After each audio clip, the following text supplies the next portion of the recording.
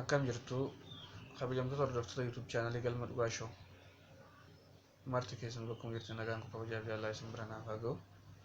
Namoonni maatii YouTube chaanalii Galma Dhugaa Show hin taane amma gamanumaan ergaa kiyya dabarfachuu barbaada. YouTube chaanalii keenya kana subscribe nu godha. YouTube chaanaliin Galma Dhugaa Show kan Oromooti. Wantoonni asirratti isin darban asoosama, walaloo, seenaa, baacoo, durdurii, beekumsa waliigalaa irratti barumsa adda illee waan kennamuuf keessummoota adda addaa fudhannee asirratti waan afeerru YouTube chaanalii keenya kana subscribe nu godha. Mee asumaan walaa guddisnu ergaan kiyya kana. Har'a immoo asoosama gabaabaa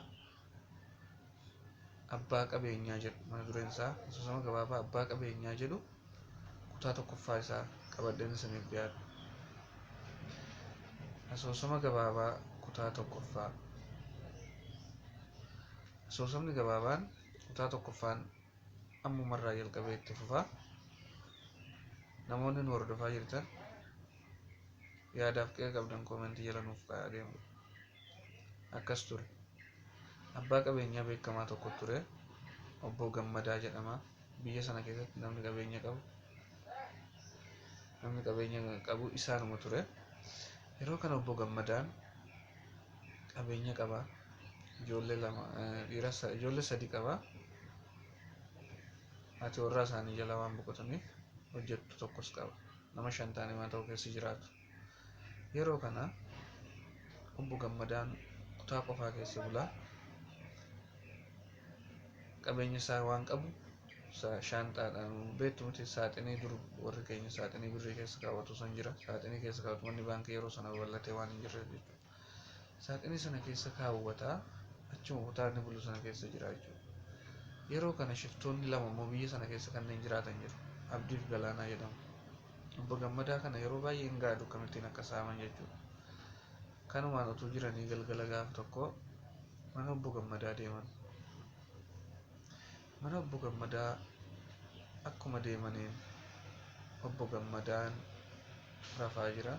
Mana cabsanii seenan. Yeroo seenanitti Obbo Gammadaa ukkaamsanii qabeenya isaa inni achi qabu sana saamanii deeman. Fudhatanii akkuma deemaniin ijoolleen sun lamaan biyya sana keessaa ba'anii biyya biraatti galan. Obbo Gammadaan ganama barii ka'ee qajeelcha poolisii deema. Edana ukkaamsanii qabeenya koo waan hin qabu na saamanii. Iyyeellee nama naa dirmatu dhabe halkanidha waan ta'eef jedhee qajeelcha poolisiitti himata. Yeroo kana Obbo Gammadaan qajeelcha poolisiitti himatee namoota sana fuula isaanii beektaa jedhee gaafa poolisoonni gaafatan eeyyeen nan beeka. Ijoolleman beekudha. Abdiif Galaanaa jedheetti himate. Abdiif Galaanaan